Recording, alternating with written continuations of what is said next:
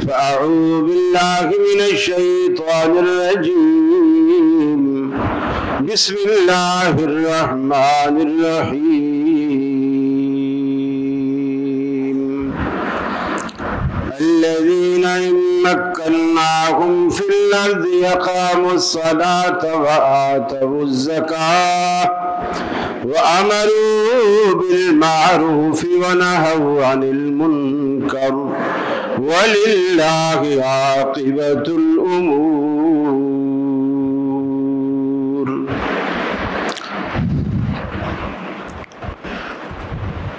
غلامی میں نہ کام آتی ہے شمشیریں نہ تدبیریں، جو ہو ذوق یقین پیدا تو کٹ جاتی ہے زنجیریں۔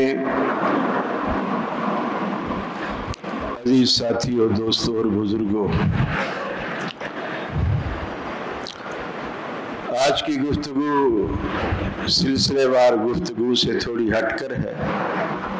اگلے جمعے سے انشاءاللہ سلسلے کو پھر سے جاری کریں گے۔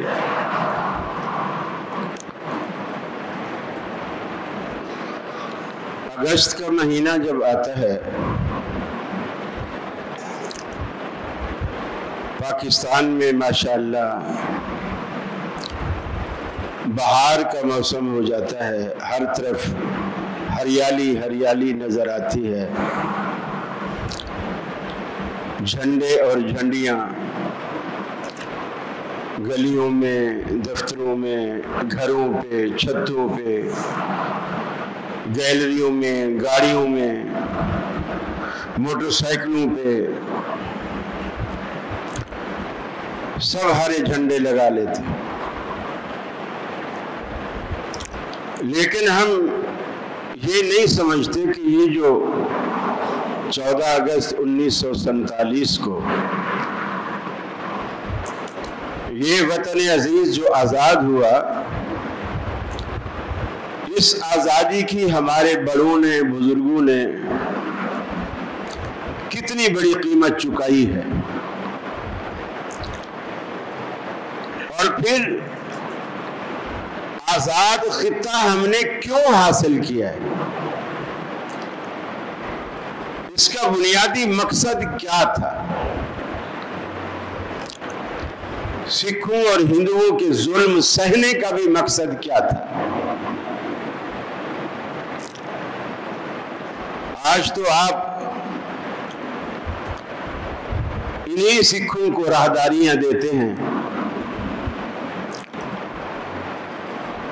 لیکن مسلمانوں کی ٹرینیں جب انڈیا سے پاکستان آ رہی تھی،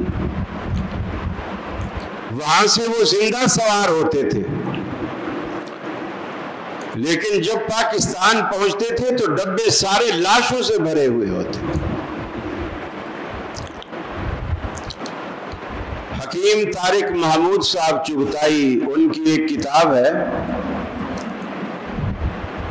1947 کے ظلم کی کہانی، وہ آپ لے کے پڑھیں تو آپ کی آنکھیں کھلیں، آپ کو پتہ چلے کہ ہمارے بڑوں پر مصیبت کے کیا پہاڑ ٹوٹے۔ اس ملک خدا داد میں ان بزرگوں کا، ماؤں کا، بہنوں کا، بیٹیوں کا خون شامل ہے۔ شاید فرعون نے بنی اسرائیلیوں پر اتنے ظلم نہ کیے ہوں جتنے مظالم ہندو اور سکھوں نے مسلمانوں پر کیے۔ فرعون تو صرف یہ کرتا تھا، جب اس نے خواب دیکھا کہ بنی اسرائیل میں ایک بچہ پیدا ہوا ہے اور وہ بڑا ہو رہا ہے تو میری سلطنت پہ قبضہ کر رہا ہے، تعبیر دینے والوں نے تعبیر دی کہ ایک بچہ پیدا ہوگا بنی اسرائیل میں اور وہ بڑا ہو کر تیرے مد مقابل کھڑا ہوگا۔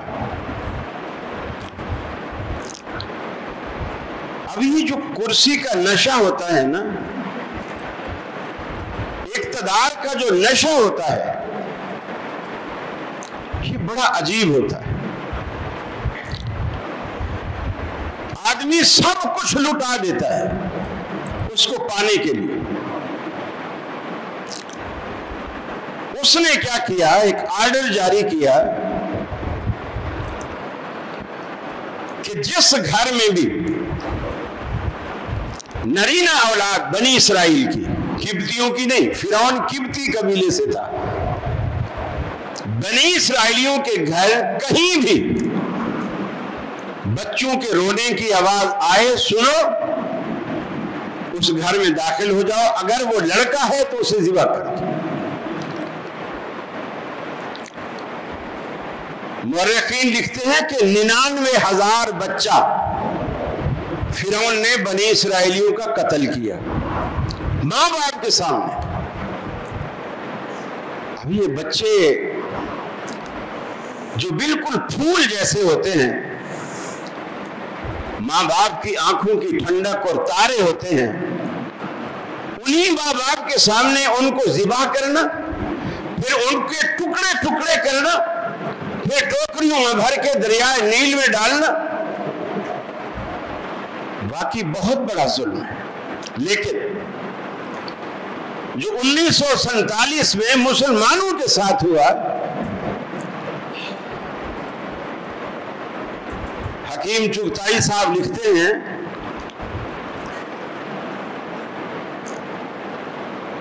کہ وہ ٹرین جب قصور کی طرف روانہ ہوئی انڈیا سے، تو راستے میں ایک کوئی جنکشن پڑتا تھا، وہاں رکی. افسر نے جا کے دیکھا سارے ڈبے لاشوں سے بھرے پڑے، خون میں لت پت، اور ڈبوں سے باہر خون بہ رہا ہے. آخری بوگی میں گئے تو ساری کی ساری بوگی میں بچے، 1 سال کے، 2 سال کے، 5 سال کے، 6 سال کے، اور وہ زندہ، لیکن ان کے ہاتھ اور ان کے پاؤں کاٹے گئے اور کاٹ کے زندہ ڈبے میں ڈال دیے گئے. بچے ہیں، خون بہ رہا ہے، کوئی مر گئے ہیں، کوئی چلا رہے ہیں، کوئی چیخ رہے ہیں، کوئی سمجھدار ہے تو وہ امداد کے لیے، ہیلپ کے لیے پکار رہے ہیں. یہ پاکستان کو گفٹ دیا ان لوگوں نے کہ آپ اپنا خطہ آزاد چاہتے ہو تو پھر ٹھیک ہے، لیکن ان لوگوں نے صرف یہاں تک بس نہیں کی. جس گھر میں جوان لڑکیاں ہوتی ہیں، ان کے ساتھ ان کے بدمعاش ریپ کرتے، ماں باپ کے سامنے کرتے،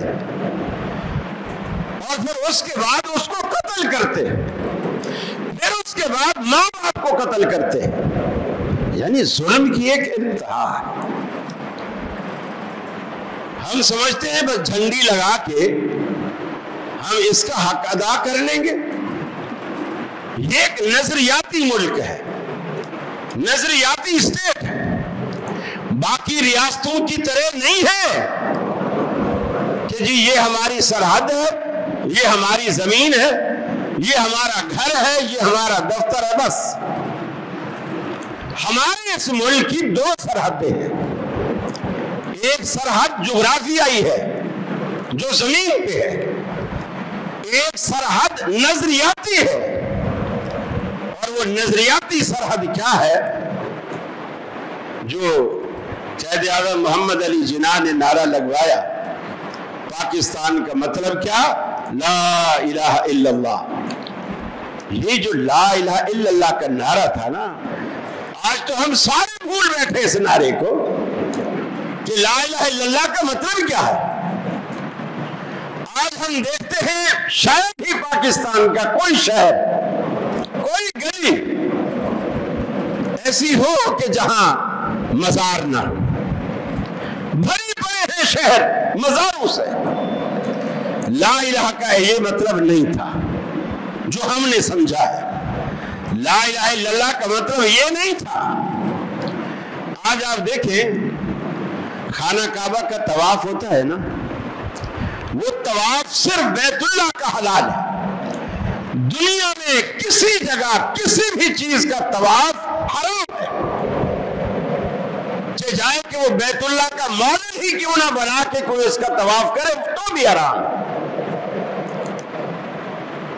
کچھ جگہوں پہ میں نے سنا ہے کہ بیت اللہ کا لوگ ماڈل بناتے، جو کمپنیاں لوگوں کو حج عمرے پہ بھیجتی ہیں انہوں نے یہ بنا رکھا ہے. چھوٹا سا مقام ابراہیم بھی، بیت اللہ کا ماڈل بھی، اسی طرح تھوڑا صفا مروہ کی سعی کا ماڈل بھی بنا رکھا ہے. اور پھر جو لوگوں کو ان کے تھرو جو لوگ جاتے ہیں ان کو پھر تربیت کے لیے جب بلاتے ہیں تو وہ ماڈل رکھتے ہیں اور پھر ان کو اس کے گرد طواف کراتے ہیں اور اس کا طریقہ بتاتے ہیں. یہاں سے شروع کرو، یوں چکر لگاؤ، احرام اس طرح تمہارا کیا جی ہم تربیت. یہ حرام ہے، یہ تربیت نہیں ہے، یہ حرام ہے. آپ حج پہ بھیجنے سے پہلے اسے مشرک بنا رہے ہیں. لوگ کر رہے ہیں جی، ہم سیکھ رہے ہیں. آپ آج بھی قائد اعظم کی مزار پہ چلے جائیں، 4 فوجی، اندر والے تو ہمیں نظر نہیں آتے چونکہ اصل قبر نیچے ہے. 4 فوجی نیچے ہیں، 4 اوپر ہیں. اوپر والے ہمیں نظر آتے ہیں جہاں گنبد بھی بنا ہوا ہے اور گرل بنائی ہوئی ہے اسٹیل کی اور قبر کا ایک نقشہ بھی بنایا ہوا، وہ نیچے والی قبر کے بالکل اوپر ہے. 4 فوجی آپ کو کونے پہ کھڑے نظر آئیں گے. ایک مخصوص ٹائم ہے ان کا، اس ٹائم کے بعد ایک بگل بجے گی، سیٹی جسے کہتے ہیں. تو اس کونے والا فوجی چل کر اس کونے پہ آئے گا اور جو ادھر کھڑا تھا وہ چل کر اگلے کونے پہ جائے گا. جو اگلے کونے پہ کھڑا تھا وہ چل کر ادھر آئے گا اور جو ادھر پہلے کھڑا تھا وہ چل کر اس کونے پہ آئے گا. پھر کچھ دیر کھڑے رہیں گے، پھر بگل بجے گی. پھر یہ 4 فوجی نیچے بھی اوپر بھی 24 گھنٹے قائد اعظم کی اس مزار کا طواف کر رہے ہیں. آج تک کسی نے نہ سوچا ہے، نہ سمجھا ہے، نہ دیکھا ہے اللہ کے گھر بیت اللہ کے سوا. حالانکہ یہ مسجدیں جتنی بھی ہیں پاکستان میں ساری مسجدیں اللہ کا گھر ہیں، لیکن مسجد کا طواف بھی حرام ہے سوائے بیت اللہ کے. آپ بیت اللہ کے سوا کسی چیز کا طواف نہیں کر سکتے. ہم نے آزادی کیسے حاصل کی ہے؟ ہم چونکہ ہندوؤں کے ساتھ رہتے تھے، ان کی رسمیں، ان کے رواج، ان کا رہن سہن، ان کی باتیں وہ ہمارے دل و دماغ میں رچ بس گئی ہیں. ہم نے خطہ الگ بھی کر لیا تو بھی وہ ہندوانہ ذہنیت وہ ہم سے نہیں نکل سکی. ذہنی طور پر آج بھی کچھ لوگ ہندوؤں کے غلام ہیں، کچھ انگریزوں کے غلام. ہم غلامی میں اسی طرح زندگی گزار رہے ہیں. اسی لیے اقبال نے کہا کہ غلامی میں کام آتی ہیں نہ شمشیریں نہ تدبیریں، جو ہو ذوق یقین پیدا تو کٹ جاتی ہے زنجیریں. یہ جو زنجیریں غلامی کی، ذہنی غلامی کی ہمارے گلوں میں ڈلی ہوئی ہیں، پہلے اسے کاٹیے تو آزادی ملے گی. آزادی کا یہ مطلب نہیں ہے کہ وہ دن آئے ہمارے گھر پہ جھنڈا لگا ہو، کلفٹن کے ساحل پہ جا کے میوزک کا اہتمام ہو، نوجوان لڑکے اور لڑکیاں بھنگڑے ڈالیں اور پھر رات کو شرابوں کا تبادلہ ہو اور پھر اس طرح ایک میلہ لگ جائے. آزادی کا یہ مطلب نہیں تھا. اور یہ جو پاکستان کا مطلب کیا لا الہ الا اللہ ہے نا، یہ وہ نعرہ تھا. آج تو دنیا نے پتہ نہیں کتنے نعرے بنا لیے، کتنے نعرے بنا لیے. یعنی نعرے بنانے میں بھی ہم کسی سے کم نہیں ہیں. اللہ کے رسول کے زمانے میں ایک ہی نعرہ ہوتا تھا، اللہ اکبر. بس اللہ سب سے بڑا ہے، سب سے بڑا ہے. اللہ کے حبیب نے صحابہ کرام کے دلوں میں یہی بات بٹھائی. اور اللہ نے دیکھو جو پاکستان کی بنیاد میں جو نظریاتی ایک نعرہ ہے نا، اللہ نے اسی کی بنیاد عالم ارواح میں رکھی تھی. ساری دنیا کو جو قیامت تک پیدا ہونی تھی ان کو نکالا آدم علیہ السلام کی پشت سے، سب کو جمع کیا، ایک خاص قسم کا ان کو وجود دیا. لوگ ایسے بیٹھ گئے، پوری کائنات مجمع بنا کے بیٹھ گئی، اور اللہ تعالیٰ نے ان سے خطاب کیا. وہ کیا منظر ہوگا، قیامت تک آنے والی ساری نسلیں وہاں موجود ہیں اور ان کا رب، ان کا خالق، ان کا مالک ان سے مخاطب ہے، اور وہ انہیں کہتا ہے الست بربکم، مجھے بتلاؤ میں تمہارا رب ہوں کہ نہیں. میں تمہیں دنیا میں بھیجنے والا ہوں، دنیا میں بھیجوں گا، پیغمبروں سے تمہاری رہنمائی بھی کراؤں گا. پوری کی پوری دنیا میں تم میرے مہمان بنو گے، میں تمہارا میزبان بنوں گا. پوری زمین کو دسترخوان بنا کر بچھا دوں گا، طرح طرح کی نعمتیں زمین پر سجا دوں گا. کہیں کنو نظر آئیں گے، کہیں آم اور انگور نظر آئیں گے، کہیں انار اور امرود نظر آئیں گے، کہیں سیب اور ناشپاتیاں نظر آئیں گی، کہیں تمہیں انجیروں کے باغات نظر آئیں گے، کہیں کھجوروں کے باغات نظر آئیں گے. ساری نعمتیں میں تمہیں دنیا میں مہیا کروں گا. میری یہ نعمتیں پانے کے بعد بتاؤ الست بربکم، مجھے اپنا رب مانو گے کہ نہیں، مجھے اپنا داتا مانو گے کہ نہیں. اپنی اپنی گلیوں میں اپنے اپنے داتے اور بابے تو کھڑے نہیں کر لو گے. سب نے یک زباں ہو کر کے کہا قالو بلا، اللہ کیوں نہیں، تو ہی تو ہمارا داتا ہے، تو ہی تو ہمارا داتا ہے. اس میں کالے بھی ہیں، گورے بھی ہیں، غریب بھی ہیں، امیر بھی ہیں، عربی بھی ہیں، اجمی بھی ہیں، نمک حرام بھی ہیں، نمک حلال بھی ہیں، سعادت مند بھی ہیں، شقاوت پسند بھی ہیں. سب نے کہا قالو بلا، اللہ کیوں نہیں، تو ہی تو ہمارا داتا ہے.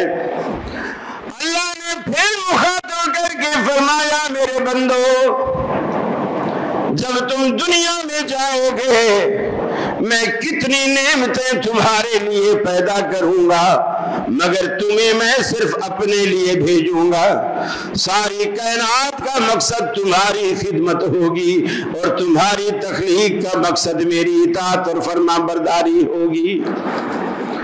سورج کو اگر تابانی عطا کروں گا تو وہ بھی تمہارے لیے، ستاروں کو درخشانی عطا کروں گا تو وہ بھی تمہارے لیے، چاند کو لمانیت عطا کروں گا تو وہ بھی تمہارے لیے، گلشن مہکیں گے وہ بھی تمہارے لیے، انادل چہکیں گے وہ بھی تمہارے لیے، سبزے لہکیں گے وہ بھی تمہارے لیے، راتوں کو اندھیرا عطا کروں گا تو وہ بھی تمہارے لیے، صبح کو سویرا عطا کروں گا تو وہ بھی تمہارے لیے، دریا متلاطم اور سمندر موجزن ہوں گے وہ بھی تمہارے لیے، پورے شہروں میں ندیاں بلکھاتی نظر آئیں گی وہ بھی تمہارے لیے.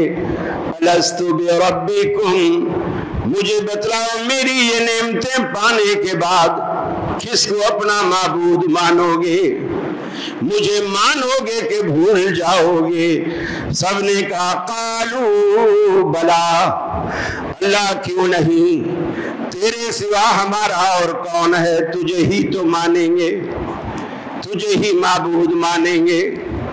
اسی لیے وعدہ لینے کے بعد رب العالمین نے اس کائنات کے بنائے جانے کا مقصد یہ بیان فرمایا، ما خلقت الجن والانس الا لیعبدون، میں نے جنوں کو بھی انسانوں کو بھی اسی لیے پیدا کیا کہ وہ میری بندگی کریں، میری بندگی کے سوا اور کوئی مقصد نہیں، یہ مجھے سجدے کریں، مجھے مجھ سے قیام کریں، میرے آگے رکوع کریں، میرے آگے قعدے میں بیٹھیں، میرے آگے گڑ گڑائیں، میرے آگے جھولیاں پھیلائیں، میرے آگے ہاتھ اٹھائیں، مجھ سے مانگیں اور میرے لطف و کرم کو آزمائیں۔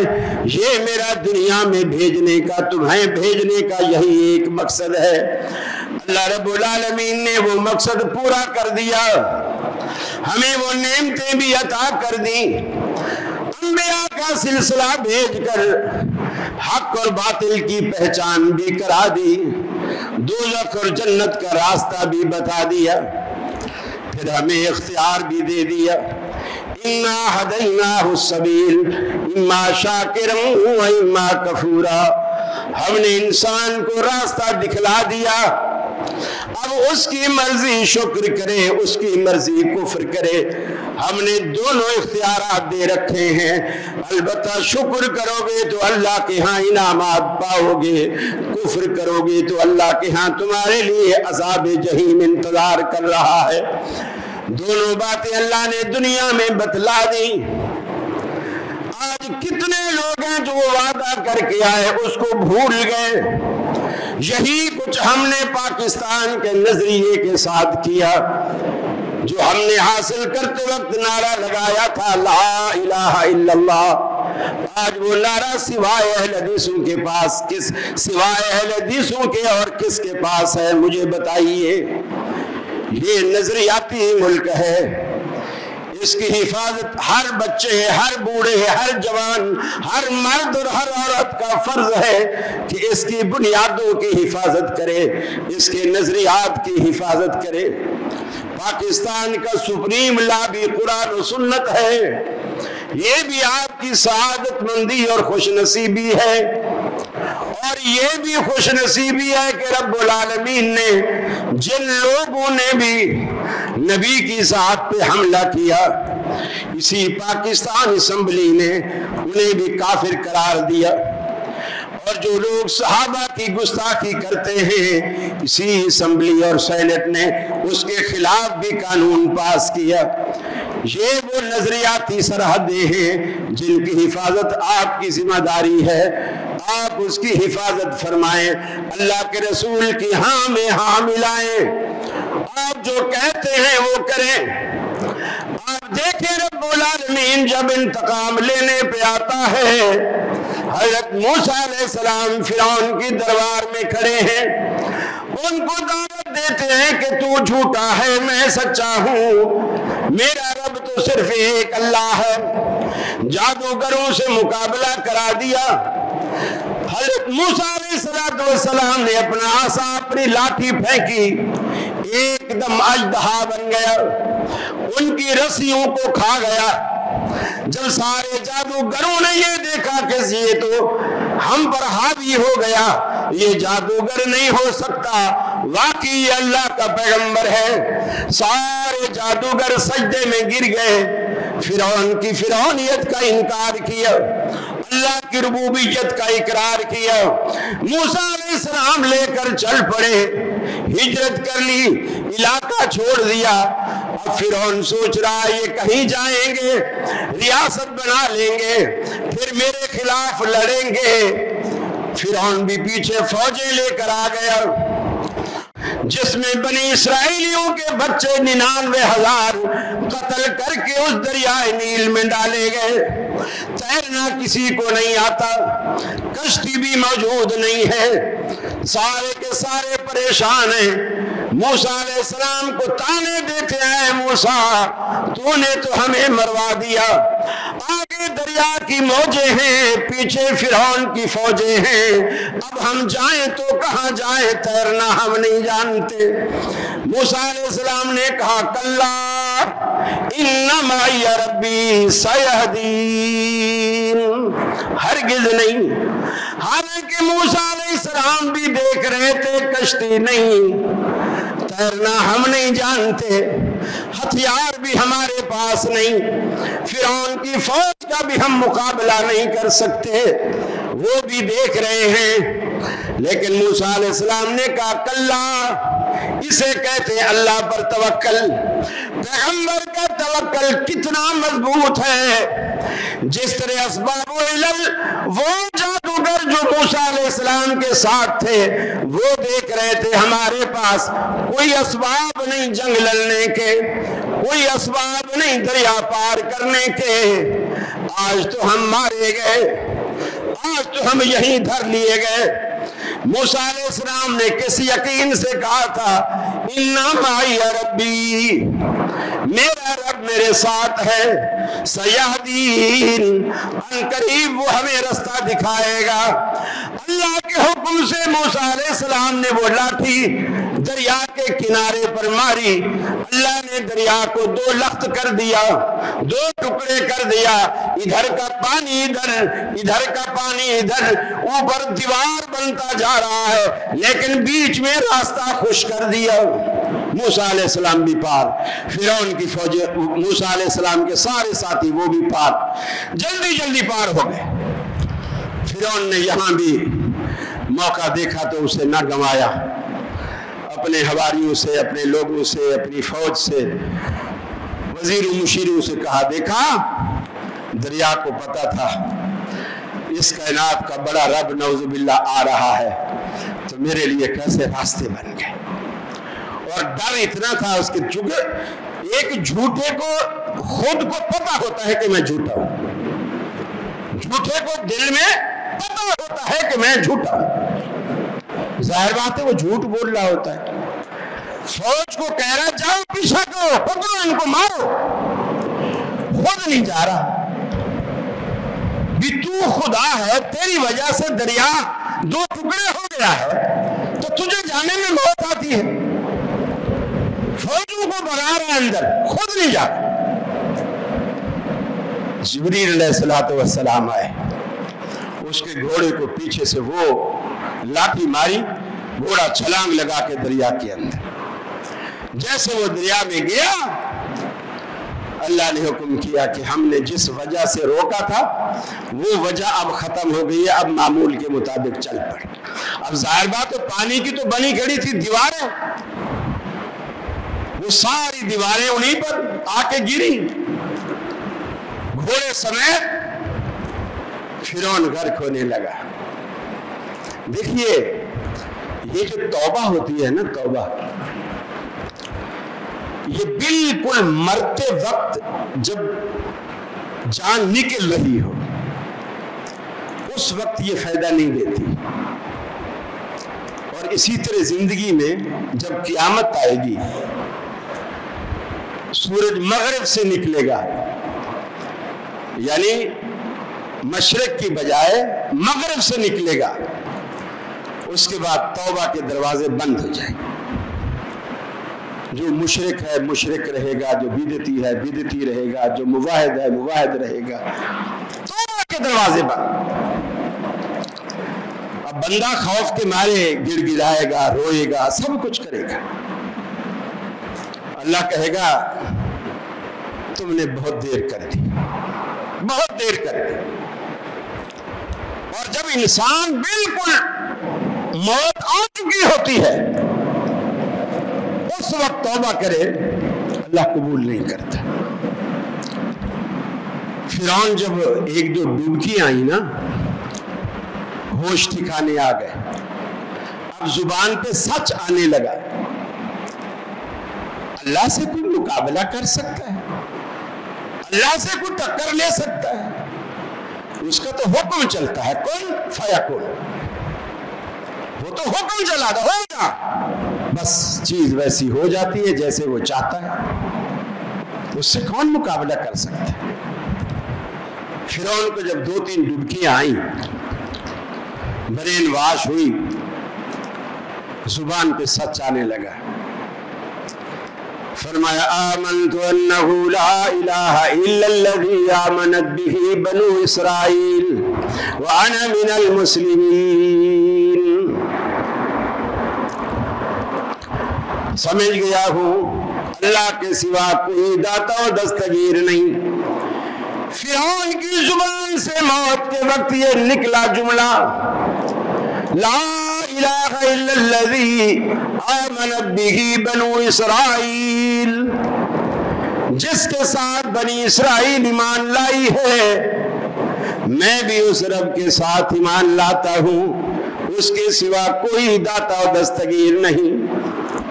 اللہ نے کہا الآن وقد عصیت قبل وکنت من المفسدین، ارے آج تجھے ہوش آیا ایمان لانے کا، بنی اسرائیل کی سچائی کا، بنی اسرائیل کے رب کا آج تجھے یقین آیا.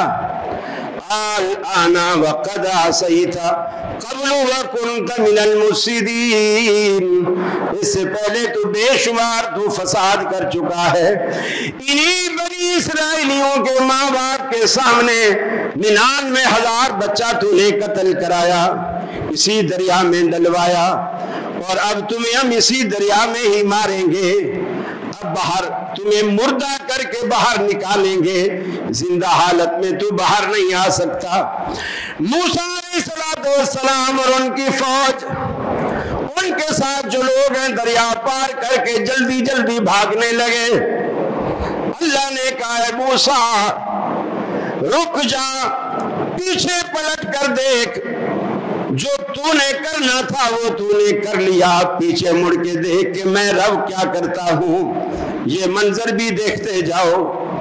بنی اسرائیلیوں نے آنکھوں سے دیکھا ان کے سارے دشمن پوری فوج سمیت دریا میں ڈوب گئی، غرق ہو گئی. تسلی ہو گئی کہ ہمارا دشمن دنیا سے چل بسا، ہمارا دشمن دنیا سے چلا گیا. ان کی تسلی اور تشفی ہو گئی. اللہ نے کہا فرعون فَالْيَوْمَ نُنَجِّيكَ بِبَدَنِكَ لِتَكُونَ لِمَنْ خَلْفَكَ آیَةً، آج تیری توبہ تو قبول نہیں، اس لیے کہ جب تک ہم مانتے تھے تو نہیں مانتا تھا، آج تو ماننے پہ آیا ہے تو ہم نہیں مانتے. اللہ تعالیٰ بھی اپنی مرضی کا مالک ہے. اس سے پہلے کہ رب ماننے سے انکار کر لے، اس سے پہلے مان جائیے کہ اللہ ایک ہے، وہی داتا ہے، وہی رزاق اور مالک ہے. اس ملک کے بنائے جانے کا بنیادی مقصد بھی یہی ہے. پاکستان کا مطلب کیا؟ لا الہ الا اللہ. آج ہم اس کو بھول بیٹھے، جھنڈیوں پہ، دیگوں پہ، پکوانوں پہ، گاڑیوں پہ، ان چیزوں پہ گزارا ہے، اور اصل نظریات کو ہم بھول بیٹھے. اللہ رب العالمین نے دیکھیے قرآن پاک میں کیا فرمایا. ریاست مل گئی، خطہ مل گیا، اقتدار مل گیا. اب مسلمانوں کو بتایا کہ اب تمہارے کرنے کے کام کیا ہے، تمہارے کرنے کے کام کیا ہے. فرمایا الذین ان مکناہم فی الارض اقاموا الصلاة وآتوا الزکاة وامروا بالمعروف ونہوا عن المنکر وللہ عاقبۃ الامور. جن لوگوں کو ہم دنیا میں تمکنت عطا کرتے ہیں، اقتدار عطا کرتے ہیں، اختیار عطا کرتے ہیں، ان کی ذمہ داریاں کیا ہیں؟ اقاموا الصلاۃ، سب سے پہلی ذمہ داری ان کی یہ ہے کہ نمازوں کو قائم کریں. وآتوا الزکاۃ، اور دوسری ذمہ داری زکوٰۃ کا نظام قائم کریں. تؤخذ من اغنیائہم وترد علی فقرائہم، مسلمانوں کے امیروں سے لی جائے، مسلمانوں کے غریبوں میں دی جائے، تاکہ ان کی معیشت بھی بہتر ہو، وہ بھی کھانے پینے کے قابل ہو سکے. یہ اللہ نے ایک سلسلہ رکھا ہے. وَأَمَرُوا بِالْمَعْرُوفِ، اور نیکی کا حکم کریں، وَنَهَوْا عَنِ الْمُنْكَرِ، اور برائی سے روکیں. یہ دو حکم بھی اللہ کہتا ہے حکمرانوں کی ذمہ داری ہے، جو آج لوگوں نے معاشرے مولوی پہ ڈال دیا ہے. یہ ذمہ داری بھی حکمرانوں کی تھی.